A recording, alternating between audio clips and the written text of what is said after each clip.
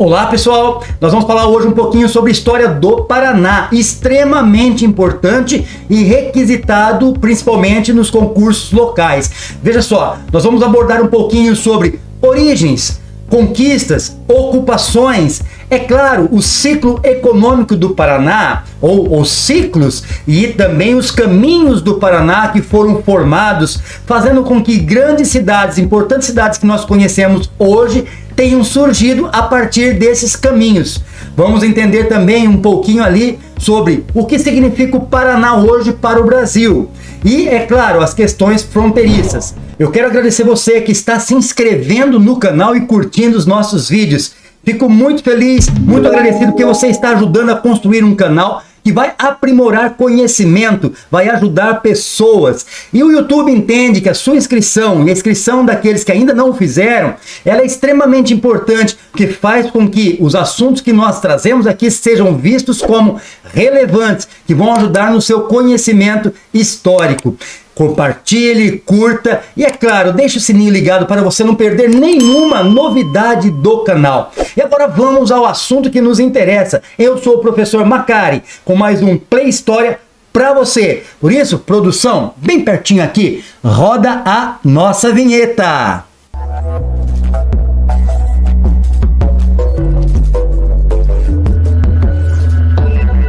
Para entendermos um pouquinho da história do Paraná, nós temos que voltar um pouquinho ali na história do Brasil, pensando nas primeiras expedições exploradoras que chegaram aqui ao Brasil. Apesar que a história do estado do Paraná, ela começa as suas origens muito antes dos europeus descobrirem a existência dessas terras, principalmente com as populações que já existiam aqui. Portanto, vamos trabalhar questões que envolvam os nativos, que envolvam os portugueses, os espanhóis, os tropeiros, os imigrantes e, é claro, os colonizadores. As primeiras civilizações que habitavam aqui o Paraná eram nações indígenas, basicamente 4.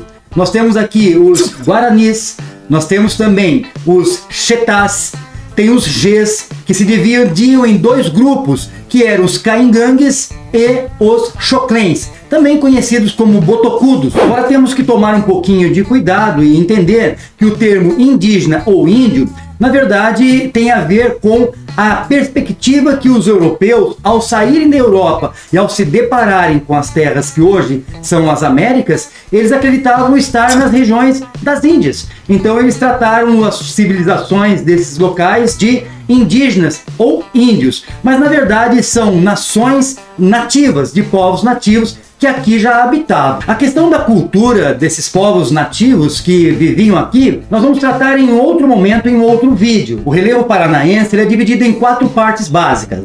Nós temos ali o litoral ou baixada litorânea, temos o primeiro planalto ou planalto de Curitiba, o segundo planalto ou planalto de Ponta Grossa e o terceiro planalto ou planalto de Guarapuava. O Paraná é muito rico também nas questões de água. Se você olhar, nós temos importantes rios no Paraná. Por exemplo, ao norte ali nós temos o rio Paranapanema, um rio bastante extenso. Nós temos o rio Ivaí, nós temos o rio Tibagi, nós temos o rio Piquiri, o rio Iguaçu e, é claro, o rio Paraná. E o interessante do nome do estado do Paraná, que foi atribuído, foi exatamente por conta disso. Paraná significa dizer tão grande quanto o mar. Então significa dizer água escaldante, água em abundância. Sem contar também que nós temos aqui, debaixo do nosso solo aqui, uma fonte subterrânea chamada Aquífero Guarani, que na verdade ele não nasce aqui. Ele vem lá desde o Mato Grosso, atravessa a parte de São Paulo, Paraná, Santa Catarina, Rio Grande do Sul, se estende aí também para Paraguai, Uruguai, Argentina. Então é muito grande. É reserva de água subterrânea. Não é o maior no Brasil, existe outro maior ainda do que esse, mas é bastante interessante assim a riqueza de águas que tem o estado do Paraná. Falamos dos nativos, agora vamos falar um pouquinho da questão dos europeus, principalmente espanhóis e portugueses. Para isso nós temos que retroagir ali, falar um pouquinho do Tratado de Tordesilhas, você lembra? Faz tempo. Faz tempo, né? O Tratado de Tordesilhas, então, foi aquele documento assinado na vila de Tordesilhas, na Espanha, por conta das terras, novas terras que estavam sendo encontradas, principalmente por Portugal e Espanha, dividia o planeta em duas partes. A parte que era oeste, tudo que fosse encontrado ali, se pertenceria à Espanha. A parte leste pertenceria a Portugal. Era, na verdade, a ideia de uma linha imaginária. A partir da ilha de Cabo Verde, 370 léguas era uma subdivisão de fronteiriça entre espanhóis e portugueses. Aí nós também precisamos lembrar aqui das capitanias hereditárias. Lembram das capitanias hereditárias? Você tá falando sério? Ih, rapaz. Mesmo com esse mapa do Brasil bem estranho, com essa linha imaginária, o Brasil foi dividido ali em 14 faixas de terras para serem colonizadas. Eram as famosas capitanias hereditárias, a qual a coroa portuguesa entregou então a colonizadores para explorar, para povoar, para colonizar. Foi chamado então essas faixas de capitanias porque cada faixa tinha um capitão donatário. Ele não podia vender, na verdade, essas terras. Ele teria que produzir e explorar essa terra e gerar lucros também que pudesse ser dividido com a coroa portuguesa. E quando nós vemos ali no mapa, o Paraná aqui, ele fica bem só o litoral mesmo. A maioria do estado do Paraná, ele foi, na verdade, dominado por um bom tempo, praticamente ali até 1750 ali, pelos espanhóis. Os portugueses ficaram só com a parte mais próxima ao litoral, uma partezinha pequena que ainda as capitanias subdividiam essa partezinha. No norte pertencia à capitania de São Vicente e ao sul a capitania de Santana. Então, para você ver que o Paraná era só aquela pontinha mesmo, litorânea, dominada pelos portugueses. O restante, tudo dominado pelos espanhóis. O grande interesse aqui dos exploradores europeus, eles queriam, na verdade, o território paranaense para explorar madeiras de lei. Isso aí foi uma coisa que atraiu muito eles, né? Era uma riqueza bastante interessante. E é claro, eles estavam atrás de metais preciosos, ouro, prata. As primeiras explorações que aconteceram no Brasil, ela se dá ali a partir do litoral. Vai ser o famoso explorador Aleixo Garcia, que você vai ver muito aí mostrado nos livros ali de história do Paraná. Embora ele fosse português, na verdade ele estava numa expedição espanhola. E isso aconteceu mais ou menos ali no período ainda pré-colonial, em torno de 1516, onde eles vêm aqui fazer essa exploração. E descobrem aqui uma trajetória que ligava o Oceano Atlântico com o Oceano Pacífico. Uma estrada que atravessava todo o Paraná, uma trilha na verdade, né? E seguia adiante pela região oeste, saía do país, ia então em direção ao Pacífico e chegava ao Pacífico, que era o famoso caminho de Peabiru, que foi muito explorado, muito utilizado ali pelos exploradores das terras paranaenses.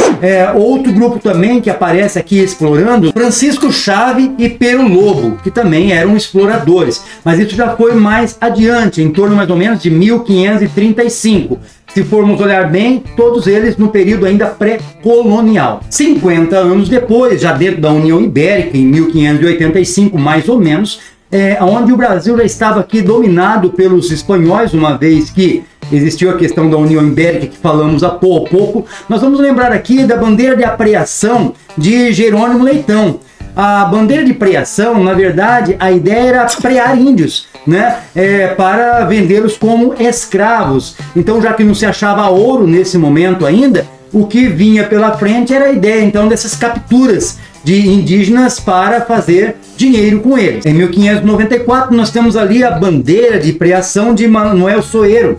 O Manuel Soeiro também, a ideia dele é prear índios, era pegar indígenas, capturá-los e vendê-los como escravo, já que não se tinha ainda riqueza. Lembre-se, somente no século XVII é que o ouro de aluvião ainda, aquele ouro que se vê nas margens do rio, brotam por ali, é que vai ser encontrado. Não era ouro de mina, não era ouro de lava, era ouro de aluvião, aquilo que você extraía com uma bateia, né? Na verdade, aquele instrumento que os mineradores usam para separar ali a terra do ouro. Era com aquilo lá que se achava o ouro no Paraná. Os primeiros focos de ouro no Paraná se deu nesse sentido. Ainda dentro da União Ibérica, nesse período, entre 1580 e 1640, Além do ouro de aluvião descoberto ali no Paranaguá, nós temos também ali o primeiro sesmeiro, né, que vai ser dado ali uma sesmaria, ou seja, uma porção de terra para ser explorado, uma porção de terra dado pela coroa portuguesa por meio ali dos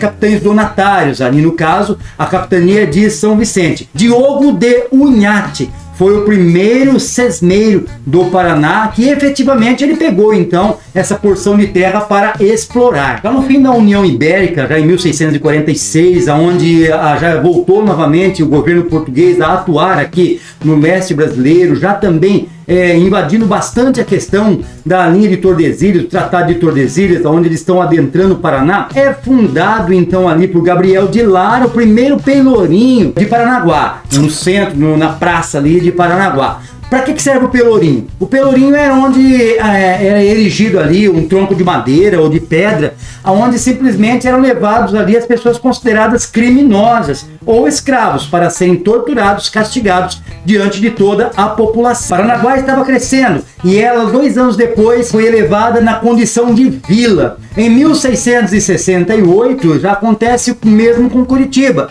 O mesmo Gabriel de Lara, o sertanista lá do Vale do Paraíba, vai fundar um pelourinho ali na vila de Curitiba. Era muito importante essas fundações de arraiais, de vilas, porque é isso aí que faria com que a cidade aos poucos fosse se formando. Todas essas expedições aí, repito mais uma vez porque é importante, né? Eles utilizaram ali o caminho de Peabiru. Lembre-se, é um caminho de terra batida que faz ali ela vai lá do Atlântico até o Pacífico e atravessa basicamente o Paraná todinho. E foi muito explorado aí por esses exploradores para fazer ali todas as suas conquistas que buscavam naquele momento. Aqui nós temos um personagem bastante importante que é o Cabeça de Vaca.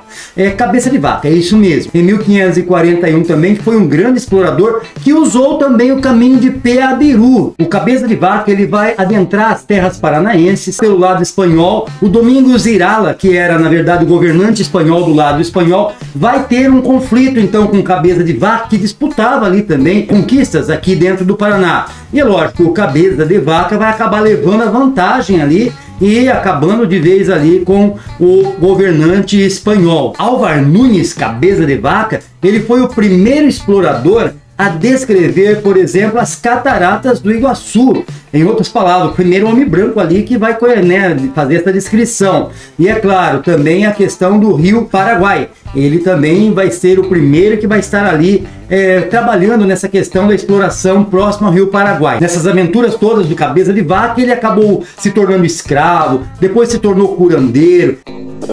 Nossa! Tem muitas histórias para contar aí do Álvar Nunes Cabeça de Vaca, né? Que nós podemos fazer um vídeo exclusivo só para falar desse explorador espanhol. Uma curiosidade, em 1549 foi do aventureiro alemão Hans Staden. O Hans Staden, então, ele era um mercenário, né? Ele estava aqui em busca de conquista, de tudo que pudesse assim explorar, e ele foi capturado por índios tupinambás. E nós sabemos que os índios tupinambás eles são antropofágicos e ele ficou vários meses prisioneiro. Inclusive depois ele escreve um livro contando como que eram os rituais antropofágicos, e muito curioso, bem interessante ali a história que ele tem para contar. E ele acabou sendo salvo ali, fugindo ali com a ajuda de franceses, e acabou não sendo devorado pelos indígenas. Vale lembrar aqui que no caso do povoamento, no caso da fundação de vilas aqui no Paraná do lado espanhol, ela acontece aí de uma forma mais rápida que o lado português, visto porque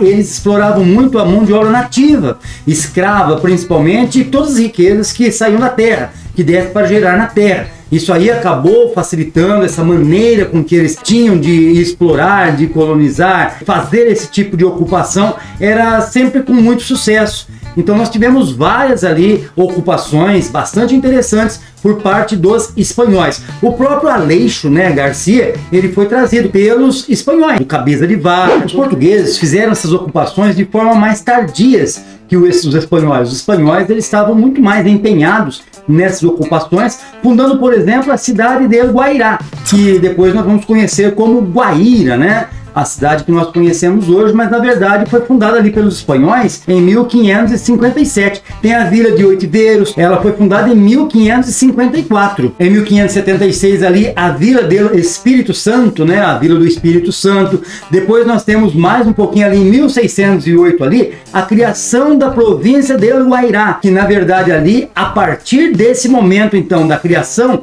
da província de Guairá, nós vamos ter ali o início das reduções jesuítas, que na verdade eram missões jesuítas com o propósito de, entre aspas, proteger ali os nativos aqui. E na verdade ele fazia, de certa forma, cumprir a lei para que os nativos não sofressem certos abusos, certas explorações inadequadas que poderia acontecer se os jesuítas não fizessem essas proteções. Temos que lembrar também do lado espiritual. As missões jesuítas também queriam salvar almas, converter ali indígenas ao cristianismo também, e com o propósito de salvação. Por isso ele criava todas essas missões ali que protegia, de certa forma, ali os indígenas. Vamos falar um pouquinho de tropeirismo. Você já ouviu falar sobre isso, né? Claro. Tropeirismo, na verdade, ali era a maneira com que se levava o gado do sul do país para o sudeste, para as regiões mais a norte. À medida que saía o gado do sul do país,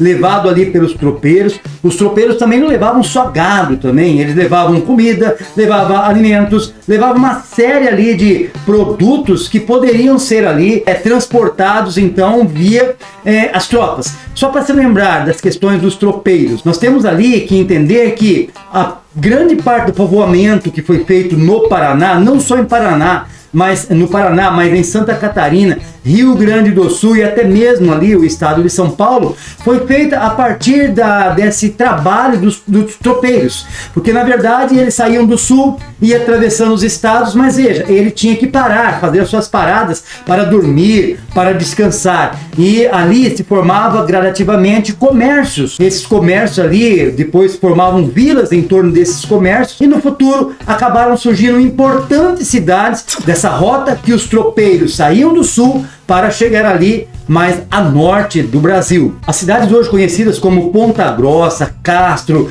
Antonina, Morretes, todas várias e várias cidades ali, elas se formaram a partir ali do tropeirismo, que durou mais ou menos ali dos séculos 18 até mais aproximadamente o século 20. Alemães, ucranianos, poloneses, italianos e é lógico, também os japoneses ali logo no início do século 20 também. Todos eles contribuíram muito ali para a formação, para o povoamento ali das ocupações das cidades do Paraná, das regiões do Paraná que foram se tornando importantes cidades. Lembre-se também das migrações que vieram do Rio Grande do Sul e Santa Catarina para o Paraná também. Por que isso aconteceu? Getúlio Vargas ele vai então vender lotes de terras aqui no Paraná para que sejam ali povoadas, colonizadas. Mas aparece a figura ali das companhias. Quando Getúlio Vargas sai do poder, Dutra então ele acaba aí passando terras também para outras companhias.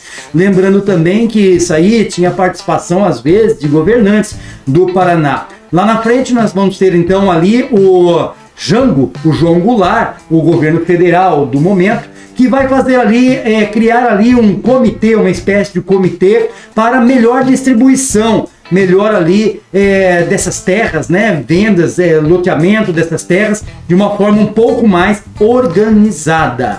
Agora, para encerrando já esse momento de resumão da história do Paraná, vamos lembrar ali que em 1660, em torno disso aí, a capitania de Santana, que era a parte sul ali, da parte litorânea ali, da pontinha do Paraná que pertencia a Portugal, ela vai se tornar então capitania de Paranaguá. As coisas começam a mudar. E também surge lá adiante a cidade de Curitiba. Então, a partir de um vilarejo, né, de uma pequena vila ali, de Nossa Senhora da Luz dos Pinhais, o nome surge ali de um nome indígena, Curetebá, que quer dizer ali pinhais, pinheiros, né, esse tipo de coisa, e nasce então a cidade de Curitiba. Lembrando também que alguns anos depois, em 1749, nós temos a separação ali da capitania de Paranaguá de Santa Catarina, ficando anexada somente então a São Vicente, logo acima ali ao norte daquele litoral que nós vimos lá no começo, aquela divisão de capitanias ali, Santana,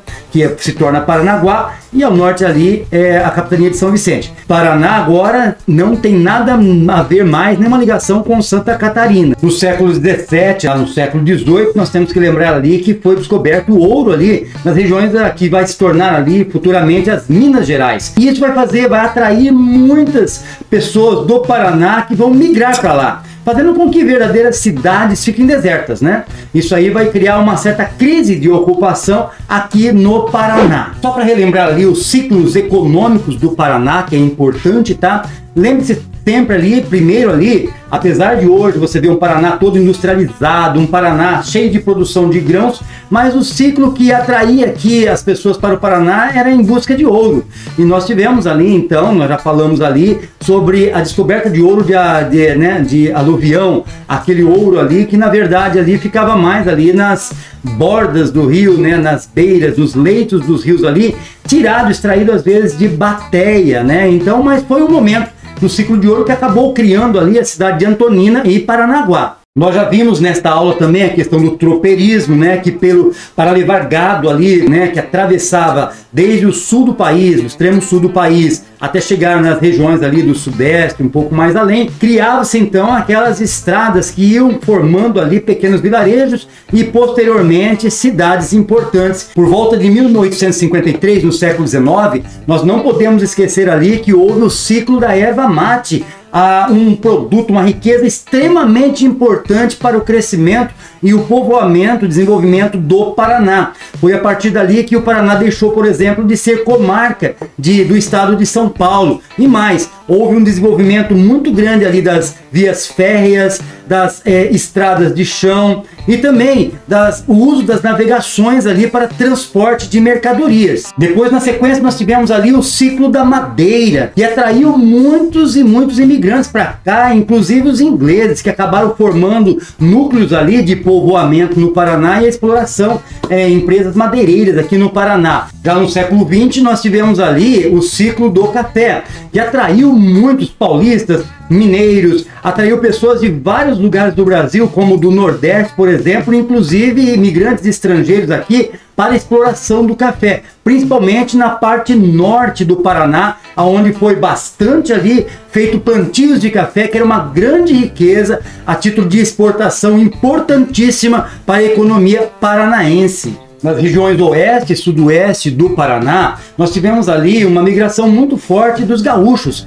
Eles trouxeram aqui e expandiram a plantação de soja. E na sequência nós tivemos também aí a expansão das plantações de trigo. E a formação, é claro, das grandes cooperativas. E esta tradição europeia associativista trazida aqui para o Paraná foi extremamente importante com a geração dessas cooperativas, tornando o Paraná uma potência agroindustrial que a partir de 1970 nós vamos ter ali o início de uma forte industrialização no Paraná. É claro que foi aproveitado toda a infraestrutura gerada ali pela agroindústria, que vai fazer com que outros setores industriais sejam atraídos aqui para instalarem empresas industriais de grande porte aqui no Paraná, tornando o Paraná aqui uma potência industrial dentro do Brasil. Isso às custas de muito trabalho, às custas da participação de muitos atores, né, que fazem da história do Paraná uma história totalmente interessante. Então nós vimos nesse resumo uma trajetória bastante importante do Paraná, que começa ali desde o tempo das explorações, no período ali onde há as invasões, onde há todas aquelas questões que se explora dentro dos territórios que seria o Paraná, as pessoas, os indígenas, todos aqueles imigrantes, todos que fizeram parte disso, mas em 1853, finalmente, Dom Pedro II assina a lei que torna, então, o território do Paraná em província do Paraná, que lá na proclamação da República, a partir de 1889, nós teremos então o estado do Paraná e Curitiba, a sua capital. Paraná hoje é forte na questão da indústria, é forte na questão do turismo, na questão da agropecuária, agroindústria, enfim, é um estado que dá exemplo para o resto do país em termos de produção, trabalho e muito esforço, né? Há exemplo, claro, de outros estados brasileiros também que seguem também esse mesmo ritmo. Espero que você tenha aprendido um pouquinho sobre a história do Paraná e possa te ajudar aí nos seus estudos, tá bom? Assista a outros vídeos do nosso canal, você vai gostar. Você vai aprender muito sobre muitos assuntos, fatos, ocorrências históricas e, é claro, atualidades também. Por hoje nós vamos ficar por aqui. Até o nosso próximo vídeo. Valeu, tchau, tchau.